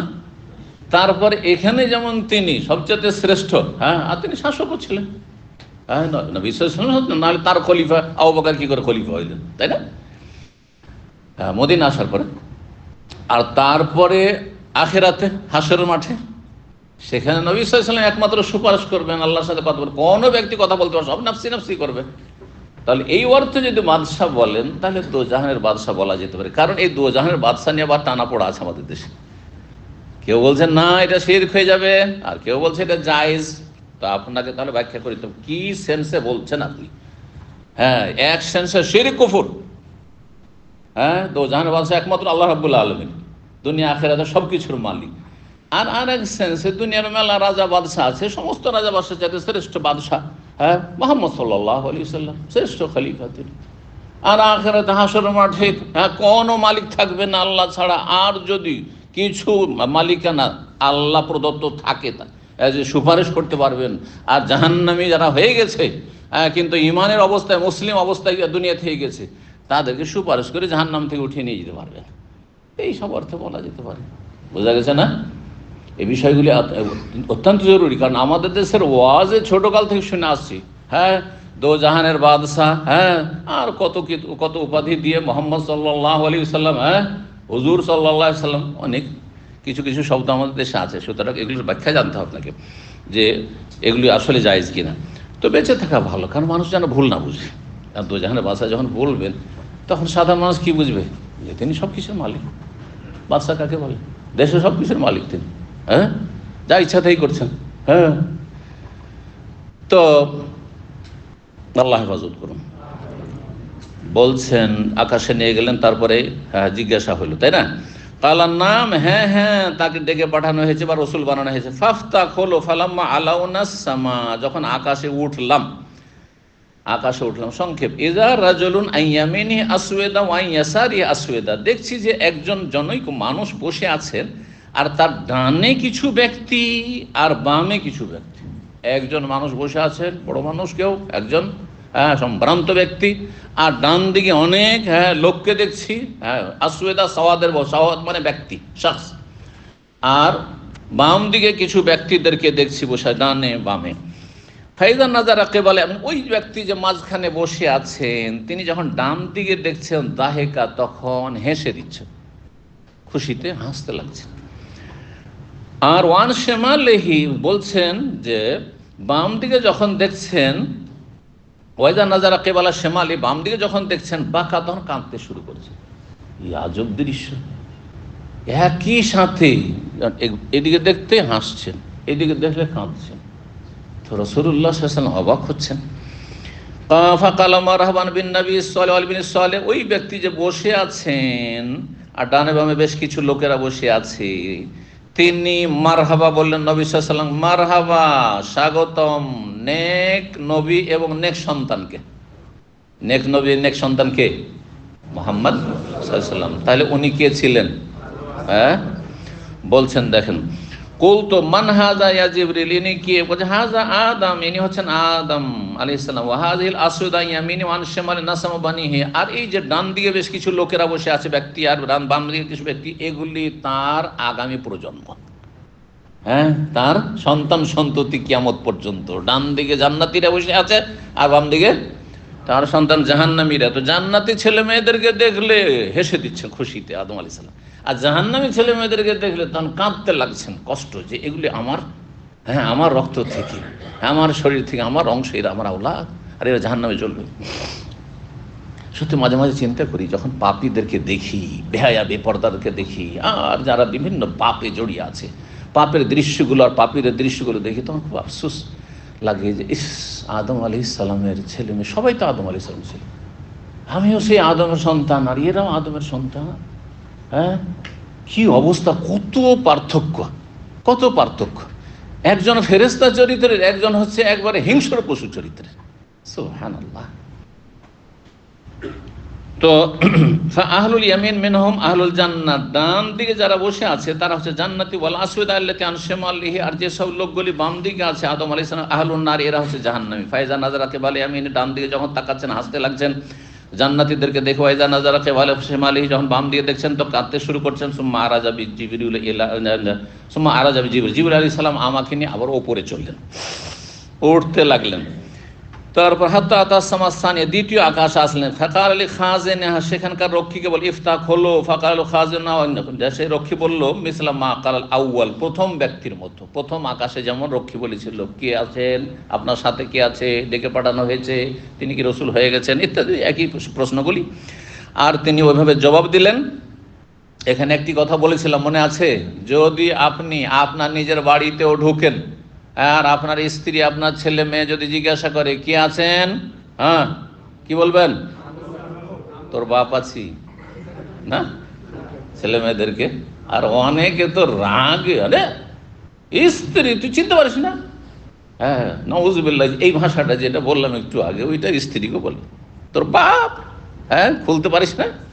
এইরকম যদি চরিত্র হয় তো এইটা কি আর ফেরেশতা চরিত্র? এটা পাশবিক চরিত্র, হিংস্র পশুর চরিত্র। আপনার স্ত্রীর অধিকার আছে জিজ্ঞাসা করবে। আপনার ভয়েস নকল করে অন্য কেউ আসতে পারে, অসৎ লোক আসতে পারে না? কেন আপনি এগুলো আপনি চিন্তা করছেন না? জি, শয়তান আসতে পারে, জিন শয়তান আসতে পারে, জিজ্ঞাসা করবে, আপনাকে বলতে নাম বলতে হবে না।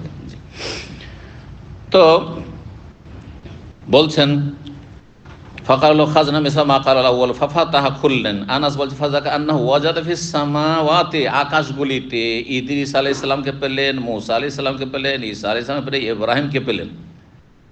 এখন আলাদা আলাদা করে আর বর্ণনা করলেন কোন আকাশে কাকে, কোন আকাশে কাকে, কিন্তু এর আগের হাদিসে এসছে। কোন হাদিস সংক্ষেপে, কোন হাদিস লম্বা। ওয়ালাম ইউসবিত লি কাইফা মানাজিলহুম, আর আমার জন্য তিনি স্পষ্ট করেননি যে তাদের অবস্থানগুলি কোন কোন আকাশে, মানে হাদিসটা সংক্ষেপ করে দিচ্ছেন। গায়রা আন্নাহু যাকারা, তবে তিনি আলোচনা করেছেন বা উল্লেখ করেছেন আন্নাহু ওয়াজাদা আদম ফিস সামাই দুনিয়া, আদম আলাইহিস সালামকে প্রথম আকাশে পেয়েছিলেন। ওয়া ইব্রাহিম ফিস সাদে, ইব্রাহিম আলাইহিস সালামকে ষষ্ঠ আকাশে পেয়েছিলেন। কালা আনাস ফালাম্মা মাররা জিবরিল, জি ইব্রাহিম আলাইহিস সালাম ষষ্ঠ আকাশে, অন্য হাদিসে আছে না সপ্তম আকাশে, মনে আছে কারো? হ্যাঁ জি, মনে নেই? হ্যাঁ সপ্তম আকাশ মনে হয়, জি। তো ওই বর্ণনাকারীর অনেক সময় ভ্রম হয়ে যেতে পারে, কিন্তু প্রসিদ্ধ যেটা যে সর্বশেষ আকাশে কাকে পেয়েছিলেন? ইব্রাহিম আলাইহিস সালামকে। জি, তো যাই হোক, বলছেন কালান সালাম মাররা জিবরিল ইদ্রিস আলাইহিস সালাম হয়ে যখন অতিক্রম করলেন, কাল মারহাবান বিন নবী সালেহ ওয়াল আখিস সালেহ, স্বাগতম নেক সৎ নবীকে এবং নেক, হ্যাঁ ভাইকে, ভাই বললেন। সমস্ত নবীরা ভাই বলে আখ্যায়িত করেছেন, একমাত্র দুইজন নবী নবী সাল্লাল্লাহু আলাইহি ওয়াসাল্লামকে সন্তান বলে আখ্যায়িত করেছেন। কে কে?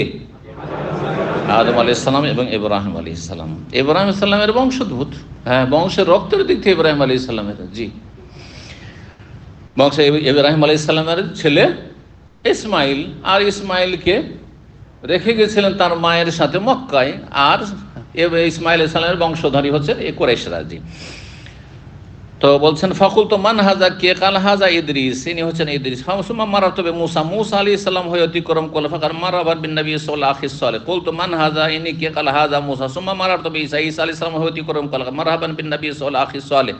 কুল তো মান হাজা, ইনি কে? কাল হাজা ঈসা, ঈসা আলাইহিস সালাম। সুম্মা মারা, তবে ইব্রাহিম, তারপরে অতিক্রম করলাম ইব্রাহিম আলাইহিস সালামের পাশ হয়ে। ফাকাল মারহাবান বিন নবী সালেহ ওয়া ইবনি সালেহ, ইনিও সন্তান বলেছেন।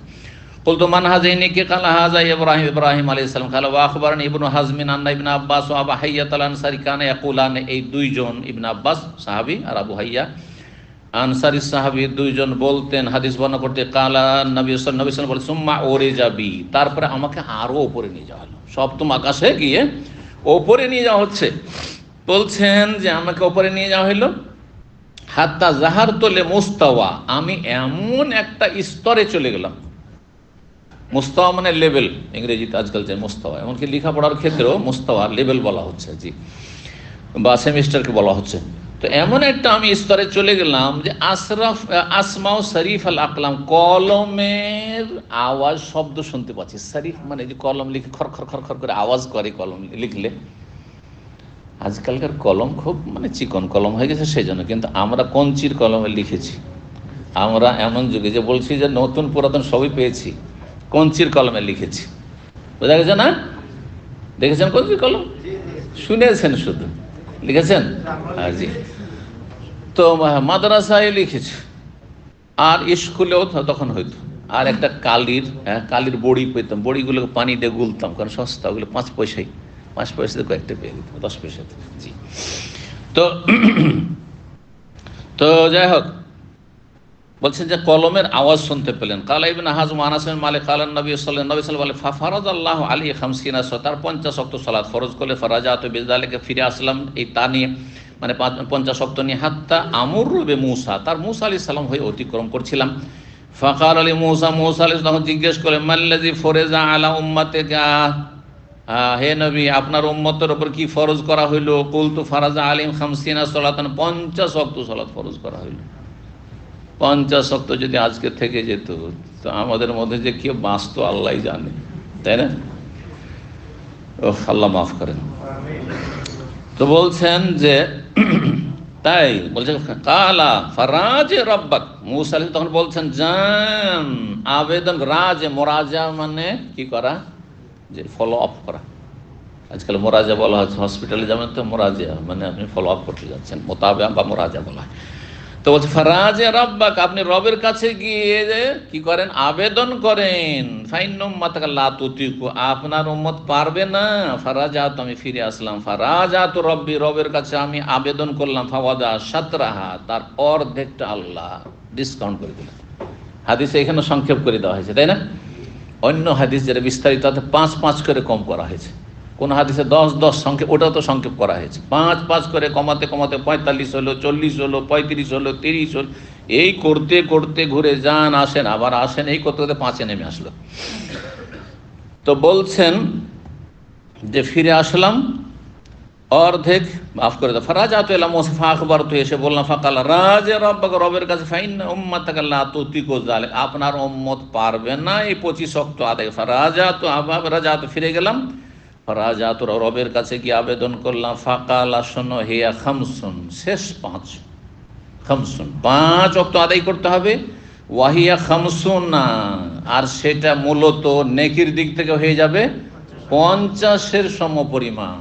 জি, খামসুনা ফিল আদা, আদায় করতে হবে 5, আর খামসুনা ফিল আজরে ও সওয়াবে, নেকি হয়ে যাবে 5-10-এ 50। 1 ওয়াক্ত নামাজ আদায় করলে 10 গুণ, সর্বনিম্ন নেকি কত?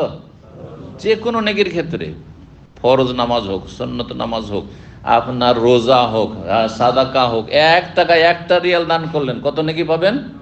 কমের পক্ষে 10 পাবেন আপনি। মান জাবিল হাসানাতে ফালাহু আশরু আমসালিহা, কোরআনে কারীমে একটি আয়াত আল্লাহ বলছেন যে যেই ব্যক্তি একটা নেকি নিয়ে আসবে তার জন্য সর্বনিম্ন কত হবে?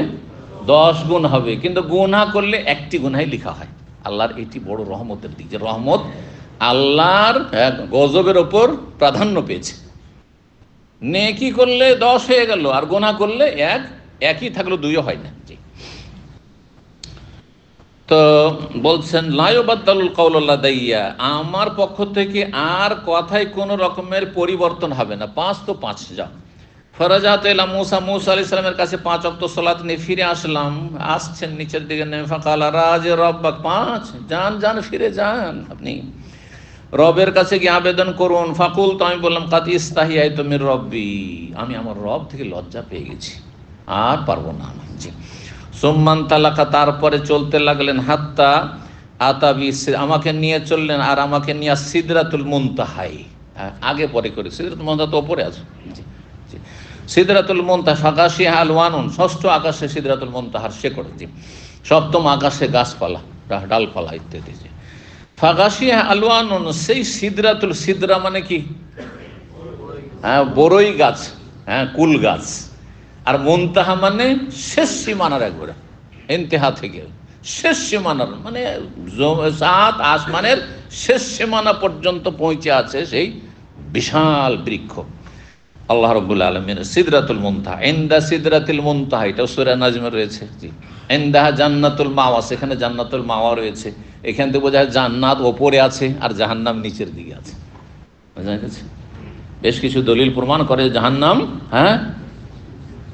নিচে আছে আর জান্নাত ওপরে আছে। তার মধ্যে ইনদাহা জান্নাতুল মাওয়া, ওই সিদরাতুল মুনতাহার কাছে জান্নাতুল মাওয়া রয়েছে।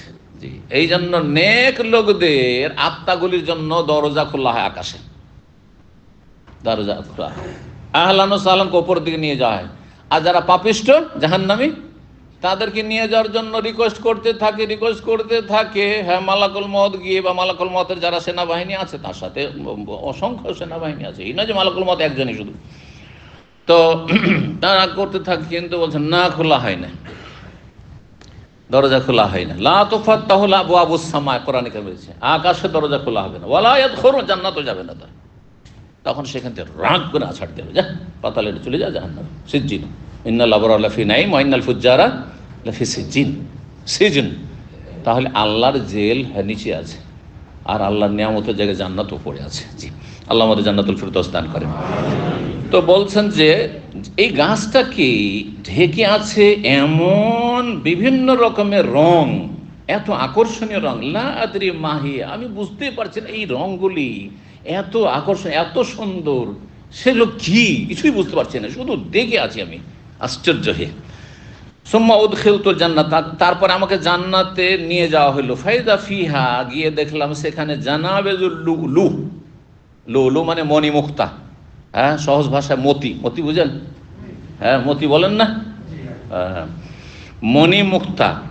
মণিমুক্তার কি জানাবেজ, এই জানাবেজ শব্দটির ব্যাখ্যা করতে গিয়ে বিভিন্ন ব্যাখ্যা করেছে। বাংলা অনুবাদক তো বলেছে ইট পাথর, তরজমা করেছে একটা অনুবাদে দেখলাম, জানি না অন্য অনুবাদে কি আছে, কারণ কয়েকটা বুখারী আছে, কিন্তু একটি অন্য ইট আর পাথর, কিন্তু এটা সূক্ষ্ম অর্থ হয়নি, অনুবাদক সূক্ষ্ম অর্থ করেনি। জানাবেজ কথাটি খুব সহজ করে দিচ্ছে আমি বোঝার জন্য, বলবেন না কখন। জানাবেজ শব্দটি সম্পর্কে ইমাম আইনি তিনি লিখছেন যে এটি আসলে ফার্সি শব্দ, ফার্সি শব্দ যা উর্দুতে ব্যবহার হয় আর বাংলাতে পর্যন্ত ব্যবহার হয়, বাংলায় ব্যবহার হয় জানাবেজ। জানাবেজ কিসের বহুবচন? জম্বুজের বহুবচন। আর জম্বুজ, হ্যাঁ, গ কে জ বা জ কে গ পড়া আছে, গ কে, হ্যাঁ জ কে জিমকে গ পড়া আছে না নেই? এখন মাসরিরা কি বলছে? জীবকে, জীবকে গিব, গিব বলছে না, জীবকে গিব বলে না, মাসরিদার সাথে চলাফেরা করেছেন তো, হ্যাঁ গিব, জি হ্যাঁ। তো জ কে গ বলা কিন্তু আছে, আছে না নেই? তাহলে জম্বুজ, এই যে জিমটা এটা আসলে গ, তাহলে কি হয়ে যাবে? গম্বুজ। এবার বুঝেছেন? বললাম না যে গম্বুজ বাংলা তো আছে, গুম্বাদ ওইটাই হচ্ছে এতে উর্দুতে গুম্বাদ, ফার্সিতে গুম্বাদ। এবার বোঝা গেছে না? জি হ্যাঁ। তো শব্দটা যখন বহু বচন জমাতে নিয়েছে জানাবেজ, তখন মুশকিল হয়ে গেছে আর অর্থ করতে গিয়ে ইট পাথর, ইট পাথর দিয়ে গম্বুজ তৈরি, হ্যাঁ সাধারণত হয়, কিন্তু ইট পাথর দিয়ে তো তর্জমা করলে হবে না, গম্বুজ দিয়ে তর্জমা, সহজ ভাষা, কারণ বাংলায় সুপরিচিত শব্দ এটি, তাই না? তো গম্বুজ কাকে বলে?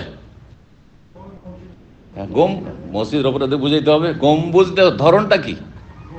হ্যাঁ ভেতরটা খোলা, হ্যাঁ ভেতরটা খোলা, হ্যাঁ এইটা হচ্ছে গম্বুজ।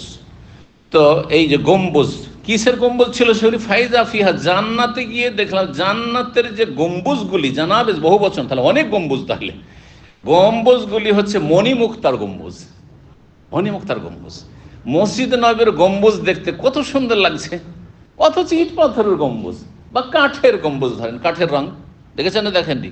আবার এটা সরে যায় কিন্তু, হ্যাঁ মুভ করে, দেখেছেন? দেখেছেন? প্রথম যখন তৈরি হয়, আমরা কিন্তু মদিনা ইউনিভার্সিটি যখন ছাত্র, তখন এই এলাকাগুলো তৈরি শুরু হয়েছিল, তার তৈরি শুরুর আগে প্রথম বছরটা পড়াশোনা করেছি। পুরাটা টিন শেড ছিল, আর শুধু ফ্যান চলতো, আর খোলা একবারে রোদ পড়তো, এত গরম, ওইখানে কোনো রকম নামাজ পড়ে দৌড় দিত, বসা যেত না এই অবস্থা। আর তখন তো এত ভিড় ছিল না, কারণ ওমরার রাস্তা তো খোলা টোলা ছিল না, যার ফলে গোটা বছর ওই হজের মৌসুম ছাড়া, হজের একটা দেড়টা মাস বা দুটো মাস ছাড়া গোটা বছর, আর রমজান মাসে কিছুটা ভিড় থাকতো, বাকি আমরা ভিতর দিকে সবসময় ভিতর দিকে এসে সালাত আদায় করতাম। এমনকি আসর পরে এসে দেখি এখন তো কোনো চান্স নেই, অ্যাপয়েন্টমেন্টও পাওয়া যায় না অনেক সময়, কিন্তু তখন এসে রওজাতে খালি উঠে আছে, রওজাতে এসেও জায়গা পাওয়া যেত আসর পর। আসর পরে যদি প্রথম বাসে চলে আসলাম, 10-12টা বাস প্রতিদিন নিয়ে আসে, মধ্যে ইউনিভার্সিটির এটা বৈশিষ্ট্য, মক্কা ইউনিভার্সিটিতে এই ফ্যাসিলিটি নেই, নিয়ে আসবে আসর পর, একবারে মাগরিবের আধা ঘন্টা পর্যন্ত 10-12টা বাস আসতে থাকবে, একটার পর একটা, একটার পর একটা। আবার এশা পরে শুরু হবে, এশার পরে রিটার্ন নিয়ে যাওয়া শুরু হবে, আবার রাত 10টা পর্যন্ত, 10:30 পর্যন্ত চলতে থাকে। তো সুবহানাল্লাহ, ভেতরে এসে আরামসে পড়াশোনা, আসরে বসলাম, এশা পর্যন্ত লেখাপড়া যা করা, হাদিস মুখস্থ করেছি। প্রতি বছর হাদিস আমাদের মুখস্থ করতে হয়, 10 পারা কোরআন মুখস্থ করতে হয়েছে, আর হাদিস মুখস্থ করতে হয়েছে হাদিস ফ্যাকাল্টিতে 250 করে, প্লাস কম্পিটিশনে 150 করে, এতগুলি করে হাদিস, 400-500 করে প্রতি বছরে হাদিস মুখস্থ। তো এগুলো সব মসজিদ নববীতে করেছি, আলহামদুলিল্লাহ মসজিদ নববীতে করেছি। আর বাইরের দিকগুলো এগুলো সব কি ছিল, টিন শেড ছিল। তারপরে ধরুন কাজ শুরু হলো, নির্মাণ কাজ শুরু হলো প্রথম, আর তারপরে ধীরে ধীরে 4 বছরের মধ্যে মাশাআল্লাহ এগুলো তৈরি হয়ে গেল। চতুর্থ শেষ বছরে তখন গম্বুজগুলো প্রথম তৈরি হলো, আর গম্বুজ প্রথম আমাদেরকে দেখতে নিয়ে আসা হলো, ভিতরে ঢুকিয়ে সব কীভাবে কী করছে, নতুন তো তখন দেখতে আলাদা লাগতো, সুন্দর। প্রথম এসে সেট হচ্ছে, আবার সরে যাচ্ছে, দেখাচ্ছে। আর তারপর আরও অনেক কিছু আছে, আন্ডারগ্রাউন্ডে বহু কিছু রয়েছে, সেগুলো দেখানো হয়েছে আলহামদুলিল্লাহ এক সময়। তো যাই হোক, বলছিলাম গম্বুজের কথা। ফাইদা বিহা জানাবেজুল লুলু, মণিমুক্তার গম্বুজ জান্নাতে দেখলাম অনেক। ওয়াইদা তুরাবুহার, জান্নাতের মাটি দেখলাম আল মিসকো, কস্তুরীর। কস্তুরী হচ্ছে মূল্যবান আতর। সেটা কি থেকে তৈরি হয়? মৃগ নাভি থেকে। মৃগ নাভি মানে হরিণের নাভি থেকে তৈরি হয়। জি, যা আমরা শুধু শুনতেই আছি। হ্যাঁ, আর কিছু আতর পাওয়া যায়, নাম শুধু মিস্ক লেখা থাকে, কি মিস্ক, কিন্তু সে মৃগ নাভির গন্ধটাই হয়তো 1% নাই হয়তো। হ্যাঁ জি, সব কেমিক্যাল। 6 নম্বর অধ্যায় বলছে বাবু কাউলিল্লাহ তাআলা। এই অধ্যায় হচ্ছে মহান আল্লাহর এই বাণী সম্পর্কে। ওয়াইলা আদিন আখাহুম হুদা। এই অধ্যায় শুরু করার আগে আর যদি একটি কথা বলে না ভালো হবে, কারণ সহিহ বুখারী সম্পর্কে অনেক ধরেন মাদ্রাসার ছাত্র, মাদ্রাসার যারা আলেম শিক্ষক অনেক সময় আমার আলোচনা শুনতে পারেন। এখানে জানাবেজ এটা হচ্ছে বেশি শুদ্ধ শব্দ এখানে, কিন্তু কোন রেওয়ায়তে সহিহ মুসলিমে, এমনকি সহিহ বুখারীর কিছু কিছু নসখাতে হাবাইল এসেছে, জানাবেজ আসেনি, হাবাইল শব্দটি এসেছে। তো হাবাইল শব্দটির অর্থ কি হবে এটি সম্পর্কে নানা মত রয়েছে। একদল বলছেন না, জানাবেজটাই শুদ্ধ, আর হাবাইলটা এটা বিকৃত হয়ে গেছে, তা সিফ। দেখেন, আগের যুগে কিন্তু নোক্তা ছিল না, ফোঁটা ছিল না, বলছেন না, এই যে বা তা সায়ের ফোঁটা নোক্তা আছে না, বায়ে কয়টা নোক্তা? একটা, তায়ে দুটো, সায়ে, এগুলো ছিল না প্রথম দিকে। এমনিতে পড়তে হয়তো, আরবরা এমনি পড়তো, তাহলে শব্দ দেখে আইডিয়াতে পড়তো যে এটা বা না, এটা তা না, এটা সা। এবার বোঝা গেছে। আর জের জবর হরকত ছিল না। আর সেটা এখনও ধরেন ওই কোরআন ছাড়া আর হাদিসের কিতাব ছাড়া বেশিরভাগ কিতাবাদিতে কি আছে, আরবি হচ্ছে জের জবর ছাড়া, হরকত ছাড়া। এই জন্য আপনাদের জন্য পড়া মুশকিল, কিন্তু আপনারা যারা আরবি দেখে দেখে পড়তে পারেন তারা জের জবর তাহলে পড়তে পারবে, জের জবর না তাহলে পড়তে পারবেন। কোনখানে জবর দিতে হবে, কোনখানে জের দিতে হবে, কোনখানে তানমিন হবে, কোনখানে তানমিন হবে না, হ্যাঁ, কোনখানে জজম হবে, কোনখানে তাসদীদ হবে, কি করে জানবেন? সেটা তো আমরা জানবো, কারণ আমরা গ্রামার পড়েছি, ঠিক না? তো কত তাহলে আরবি ভাষা জটিল ছিল না, তাতে নোক্তা ফোটা ছিল, আর না তাতে কি ছিল, জের জবর। তাহলে জানা বেজের জিমের ফোটা উঠিয়ে দেন, তাহলে সেটা হাওয়া হওয়ার সম্ভাবনা আছে, আছে না নেই? নুনের নোক্তা উঠিয়ে দেন, তাহলে সেটা নুন হওয়ার যেমন সম্ভাবনা জানা বেজ, তেমনি বা হওয়ার সম্ভাবনা আছে। তাহলে হাবা হয়ে গেল, জানার জায়গায় কি হয়ে গেল, হাবা হয়ে গেল। আর বেজ, হ্যাঁ, বায়ের নোক্তা উড়িয়ে দেন, তাহলে সেটা বাও হইতে পারে, আবার হামজাও হইতে পারে, ইয়াও হইতে পারে। হাবাইল, ইয়া হইলে হাবাইল হয়ে যাবে। আচ্ছা, জাল, জালকে একটু বড় করলে সেটা লাম হয়ে যাবে, ছোট্ট করলে জাল। আর নোক্তা তো নেই, নোক্তা যেহেতু নেই, সুতরাং সেটা ছোট্ট করে লিখলে জাল হইল, আর একটু বড় করলে সেটা কি হয়ে গেল, লাম হয়ে গেল। তা হাবাইল হইল না, হইল না? এই জন্য বলেছেন কিছু কিছু বিদ্বানরা, ভাষ্যকাররা, যে শব্দটি আসলে জানাবেজ গম্বুজ থেকে, কিন্তু এখানে তাসহিফ হয়ে গেছে, মানে শব্দটি বিকৃত হয়ে গেছে। শব্দের বিকৃতিকে তাসহিফ বলা হয়। আর অর্থের বিকৃতি বা আর একটা বিকৃতি যেটা অপব্যাখ্যা, সেটাকে তাহরিফ বলা হয়। জি, শব্দের রূপে আকারে যদি বিকৃত হয় তাহলে সেটা তাসহিফ, এখানে তাসহিফ হয়ে গেছে। তাহলে যদি ভুল হয়ে থাকে তাহলে তো এর অর্থের কোনো প্রয়োজন নেই। তারপর আর এক দল বলছেন না, এটা গলত না, মানে এটা বিকৃতি নয়, বরং কোন বর্ণনাকারী জম্বুজ বর্ণনা, জানাবেজ বর্ণনা করেছেন বা অধিকাংশ বর্ণনাকারী, আর কোন বর্ণনাকারী সেটাকে হাবাইল বর্ণনা করেছেন। হাবাইল কি? হাবাইল, হাবালাতুন বা হেবালনের বহু বচন। তার মানে কি হয়, তার দুটো অর্থ হয়। একটি অর্থ হয় ওকুদ, মানে মালা, আকদ বা ইকদ। ইকদ মানে মালা, ইকদুন মানে মালাহার। তো মণিমুক্তার, যখন আমি জান্নাত গেলাম, তো জান্নাতকে যে সুসজ্জিত করা আছে, সাজানো আছে, মনে হচ্ছে মণিমুক্তার মালা দি। ঘর বাড়িকে সাজাই না, বিয়ে শাদির বাড়ি দেখছেন না, হ্যাঁ, আরবদের বাড়িগুলো বিয়ে শাদি দেখবেন খুব সুন্দর করে এমন লাইটিং করেছে, মনে হচ্ছে যে কি আপনার মালা দিয়ে সাজানো আছে বাড়ি, আছে না নেই? হ্যাঁ, তো জান্নাতকে সাজানো আছে। জান্নাত তো অসাধারণ হবে, অকল্পনীয়, কল্পনার বাইরে মানুষের জান্নাতের নিয়ামত আর দৃশ্য। তো জান্নাতে কি রয়েছে? জান্নাতকে সাজানো আছে যেন কি দিয়ে? মণিমুক্তার মালা দিয়ে সাজানো রয়েছে। জি, এই অর্থ কেউ কেউ করেছেন।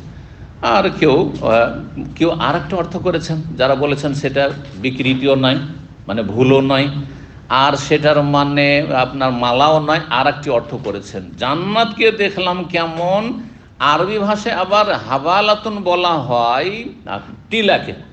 টিলা পাহাড়ও নয় খুব উঁচা, আর টিলা উঁচু জায়গাকে। তো জান্নাতকে দেখলাম যেমন মণিমুক্তার টিলার মতো, মণিমুক্তার টিলার মতো। জি, তার মানে মণিমুক্তা দিয়ে তৈরি জান্নাত, এটা দেখলাম, এই অর্থ করা হয়েছে। যাই হোক, এই কথাগুলি যারা মাদ্রাসায় লেখাপড়া করবেন অথবা মাদ্রাসা শিক্ষা করবেন তাদের জন্য গুরুত্বপূর্ণ।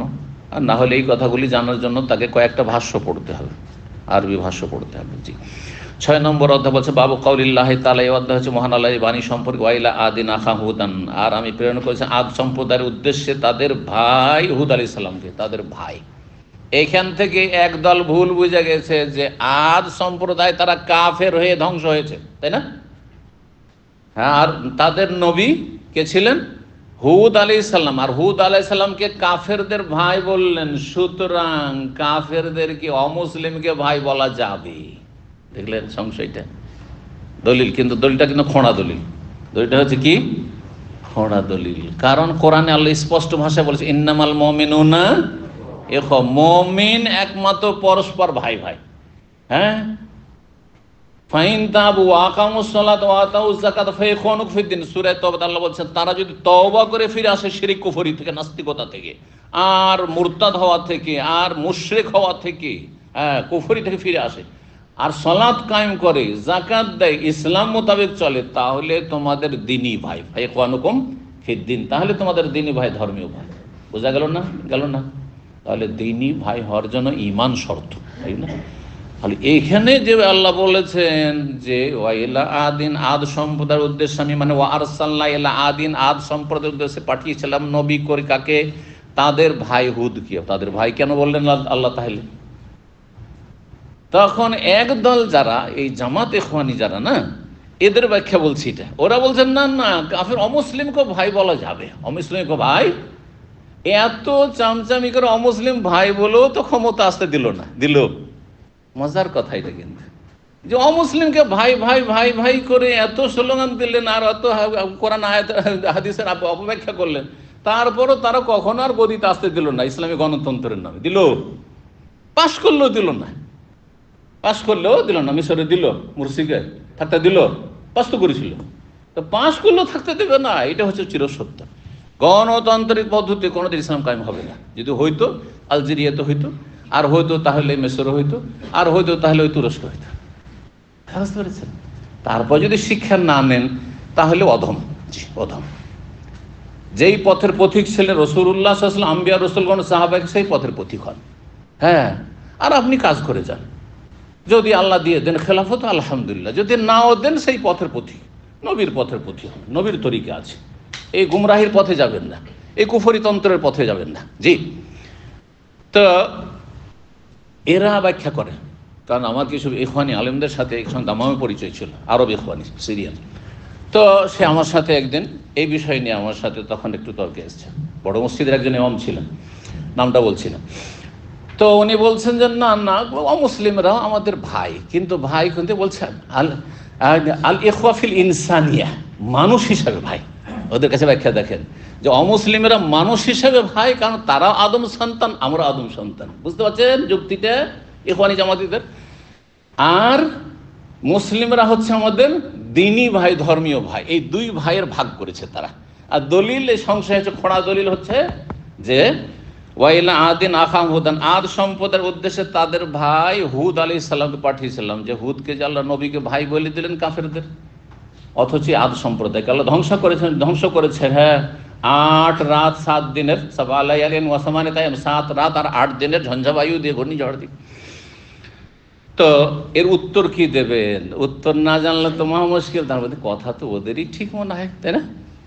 যে অমুসলিম আমাদের ভাই, হ্যাঁ ওরা মানবতার ভাই, হ্যাঁ মানুষ হিসাবে ভাই, আর মুসলিমরা আমাদের ধর্মীয় ভাই। না না না না না, এই ভাগ নেই ইসলাম। এই ভাগ থাকলে ইন্নামা বলতেন না। ইন্নামা মানে এই বই কিছু না, এই ছাড়া কিছু না। ইন্নামার তর্জমে হচ্ছে যে এই ভিন্ন অন্য কিছু নাই। কি? আল মুমিনুনা ইখওয়া, মুমিন শুধু ভাই ভাই, কাফের কোনোদিন ভাই না, কোনো রকম ভাই না তারা। কথা বোঝা গেছে? জি। কারণ ভয় কেন এত বেশি, এত কেন গোলামি, আর এত কেন ভয় করবেন আপনি? হীনমন্যতে ভুগছেন যে তারা অসন্তুষ্ট হয়ে যাবে। হক কথা বলেন, হক কথা বলেন। জি। আল্লাহ তৌফিক দান করুন। জি।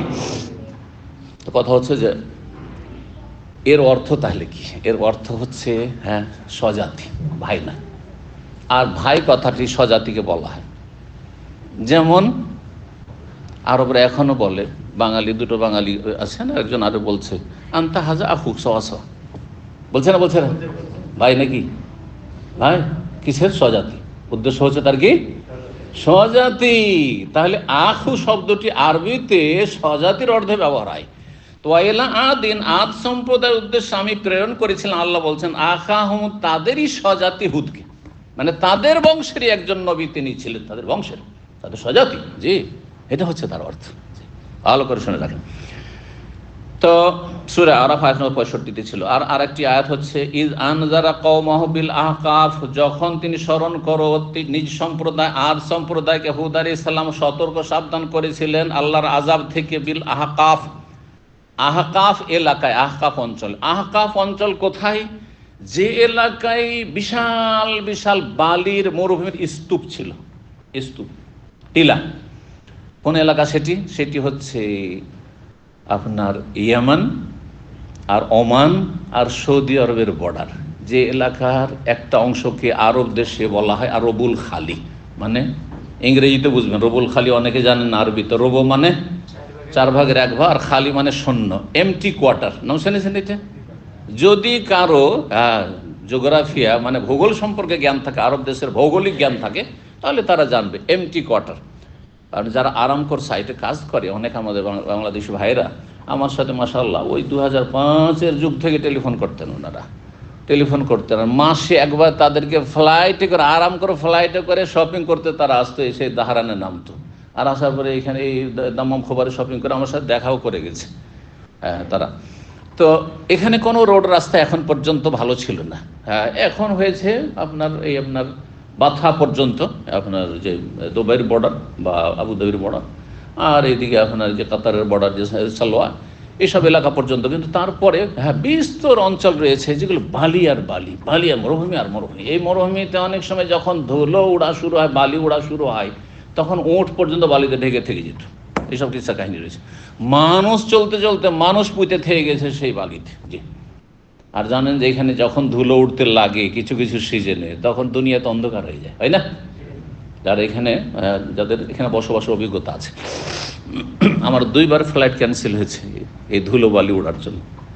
বক্তব্য এক সময় তো খুব বেশি যেতাম, গোটা সৌদি আরব ঘুরতাম, আর 2বারই হাফরুল বাতেন থেকে। কারণ আমাদের দামামের চাইতে বেশি হাফরুল বাতেন খাবজি, ওইদিকে আরও বেশি মরুভূমির বালি উড়ে, আরও বেশি। সুবহানাল্লাহ, ফ্লাইটের টিকিট আছে, এয়ারপোর্টে এসে বসে আছি, অন্ধকার রাস্তা, কি যে রিস্ক নিয়ে আমাকে পৌঁছাইলো যে ভাই পৌঁছে জাযাহুল্লাহ খায়ের। আর বসে থেকে শেষ পর্যন্ত রিয়াদ থেকে এসে প্লেন পৌঁছিতে পারলো না, ওখানেই থেকে গেল। রিয়াদ থেকে না আসলে তার কোনো ফ্লাইট নেই হাফরুল বাতানে। যাওয়ার পরে সেখানে বসে থেকে থেকে অনেক রাত 10টা 11টা হয়ে গেল। তখন দিনই ভাইয়েরা ছিল সব ইয়েতে হাফরুল বাতানে, তাদেরকে ফোন দিলাম যে আমি তো এয়ারপোর্টে আছি। বলছে আসেন। ওরা তো খুশি খুব, মাশাআল্লাহ। গেলাম, আমাদের দিন খলিলুর রহমান ভাই ছিলেন, ব্রাহ্মণবাড়িয়ার, জাওয়াল্লাহ খের মাদ্রাসাও করেছেন এখন দেশে। তো ওনার বাসায় দেখছি বিশাল আপ্যায়ন ব্যবস্থা, আর দিনই ভাইরা সব জমা হয়ে গেছে 25-30 জন। তো ওইখানে একটা মজলিস হয়ে গেল। আর তারপরে বললাম যে ভাই আমি রাত থাকবো না, যাক টিকিটের আশা করে 24 ঘন্টা একটা ফ্লাইট। বলছে যে আশা করে যে আগামীকালকে আবার এই রাতে 9টা 10টার সময় ফ্লাইট। আমি বললাম যে এতক্ষণ 24 ঘন্টা কেন বসে থাকবো, 5-6 ঘন্টার দাম পৌঁছে যাবো আমি। হ্যাঁ সাব করতে টিকিটের এখন পর্যন্ত টিকিটের পয়সা রিফান্ড হয়নি, থেকেই গেছে। 2টো টিকিট এভাবে হয়েছে, কারণ টিকিটগুলো যেহেতু আমার অ্যাকাউন্ট থেকে করা হয়নি, যার ফলে আমার এখতিয়ারও নাই। যারা করেছে তারাই রিফান্ড করতে পারেছে, সে কোনোটাই তারাও গুরুত্ব দিল না। আর মহিমা আমি সেখান থেকে আলহামদুলিল্লাহ বাসে এসে সকাল 6টা-7টার দিকে এসে নেমে গেল মেতে দম্মামে। এই ছিল কাহিনী। তো মাঝে মাঝে এখানে এত বালি উড়ে, আল্লাহ আকবার, বালির দেশ, বিশেষ করে এই পূর্ব অঞ্চল সৌদি আরবে। তো কি বলতে গিয়ে কি বললাম, আহকাফ, আহকাফ এলাকা বলা হয় এই এলাকায়। জি, এই এলাকায় বসবাস করতো কারা? আদ সম্প্রদায়, প্রাচীন যুগে। তাদেরকে ধ্বংস করেছে আল্লাহ রাব্বুল আলামিন ঘূর্ণিঝড় দিয়ে। তো কাযালিকা নাজজিল কওমাল মুজরিমিন, এইভাবে অপরাধী সম্প্রদায়কে আমি বদলা দিয়ে থাকি, মানে শাস্তি দিয়ে থাকি। সূরা আহকাফের আয়াত নম্বর 21 থেকে 25 আল্লাহ বলেছে তাদের কথা। এই মর্মে আতা প্রখ্যাত তাবেঈ এবং সুলাইমান বিন ইয়াসার তাবেঈ থেকে বর্ণনা রয়েছে, মা আয়েশা রাদিয়াল্লাহু তাআলা থেকে নবী সাল্লাল্লাহু আলাইহি ওয়াসাল্লাম থেকে তিনি হাদিস বর্ণনা করেছেন। ওয়া কাউলিল্লাহ, মহান আল্লাহর বাণী, ওয়া আম্মা আদুন, পক্ষান্তরে শোনো আদ সম্প্রদায়, ফাউহলিকু বিরিহিন সারসারিন, ফাউহলিকু, তাদেরকে ধ্বংস করা হয়েছিল ঝঞ্ঝাবায়ু দিয়ে, ঘূর্ণিঝড় দিয়ে। শাদীদাতিন, সারসারিন মানে প্রচণ্ড বেগে সে ঝড়ো হাওয়া ছিল।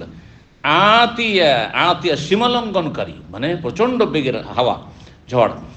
ইমাম ইবনে সুফিয়ান ইবনে ওয়াইনা বলছেন, আতাত আলাল খুজানে, যারা আপনার কোনো কিছু রক্ষী, পাহারাদার, তাদের আতাত আলাল খুজানে, তাদের সীমালঙ্ঘন, আরবরা বলে থাকে, এটা বলছেন আতাত আলাল খুজানে, মানে সীমালঙ্ঘন করা, তার অর্থে ব্যবহার করে থাকে। কেউ যদি তাদের উপর সীমালঙ্ঘন করে বা হানা দেয়, ডাকাতি করে।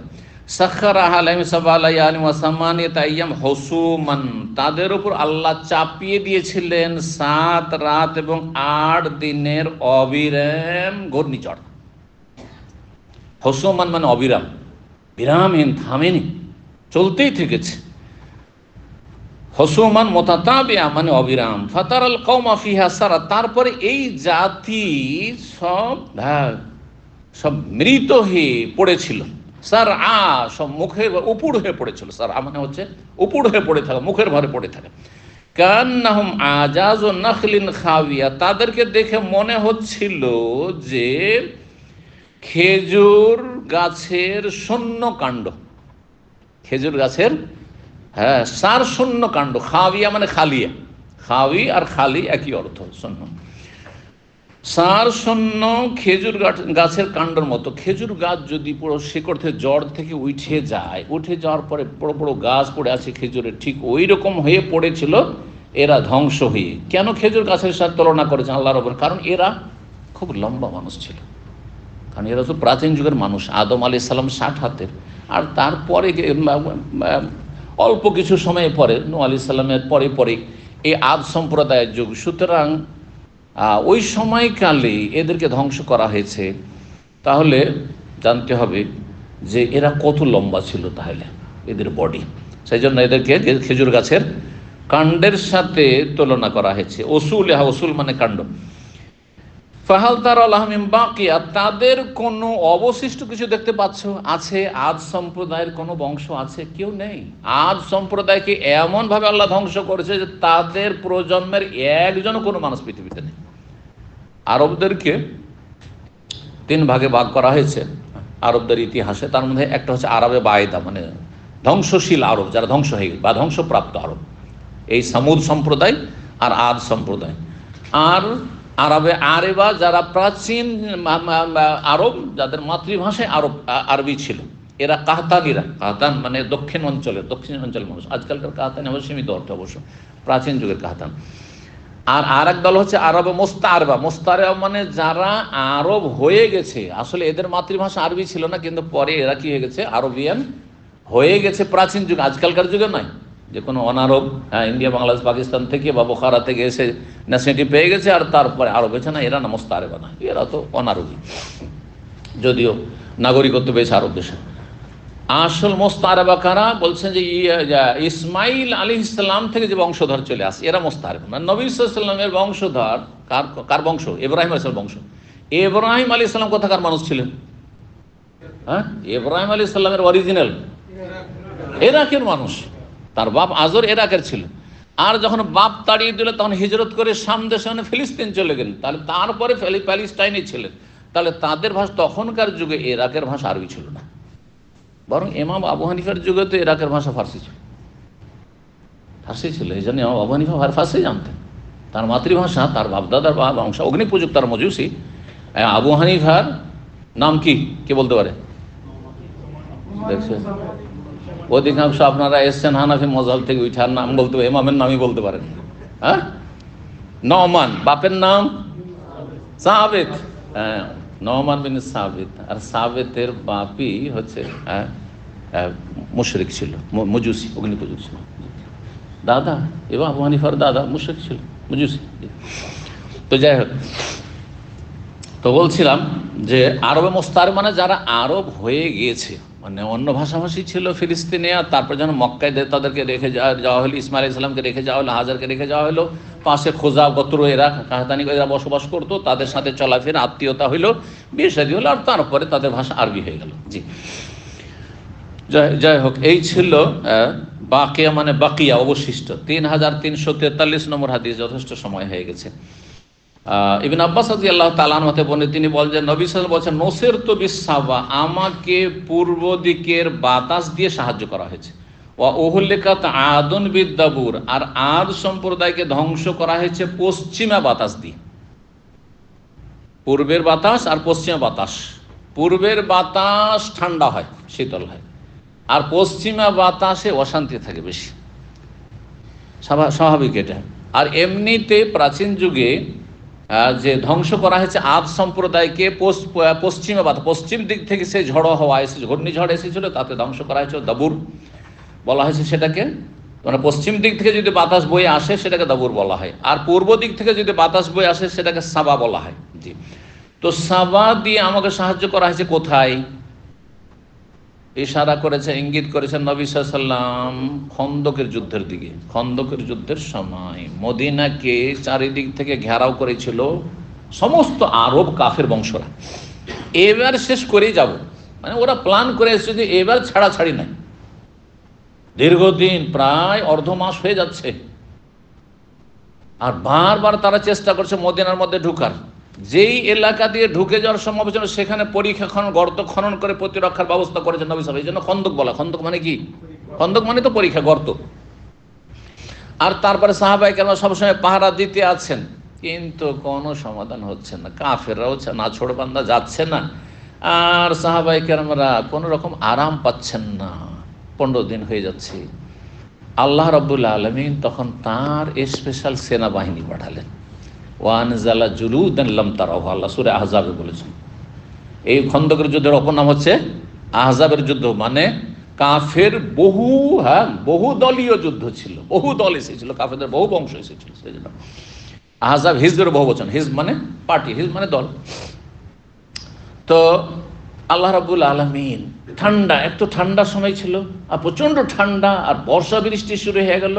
আর তারপরে যদি ঠান্ডার সাথে, শীতের সাথে বর্ষা বৃষ্টি, তার সাথে ঝোড়ো হাওয়া এমন শুরু হলো যে কাফেরদের যে তাঁবু টাবু খিমা ছিল আর তাদের রসদ খাবার দাবার ছিল সব উড়িয়ে নিয়ে চলে গেল। আর এমন ধুলো ওড়া শুরু হলো যে তারা কিছু দেখতেও পায় না, আর চোখে ধুলো ঢুকে যাবে, মনে হচ্ছে আন্ধা হয়ে গেল, দেখতে পাচ্ছে না, পালাতে আর দিশা পেল না, পালা। এই তো আল্লাহর এই সেনাবাহিনী দিয়ে তাদেরকে আল্লাহ তাড়িয়ে দিলেন। এসব কথাগুলি সূরা আহজাবে রয়েছে, সূরা আহজাবের তাফসীর পড়লে পেয়ে যাবেন।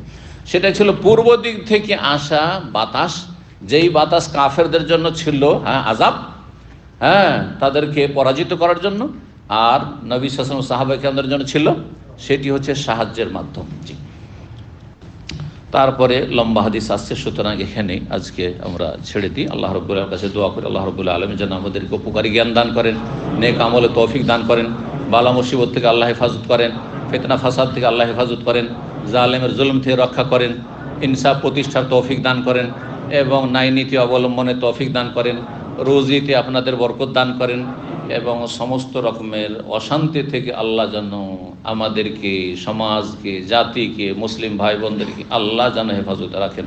ওয়া সাল্লাল্লাহু আলা নবিয়িনা মুহাম্মদ ওয়া আলা আলিহি ওয়া সাহবিহি আজমাইন।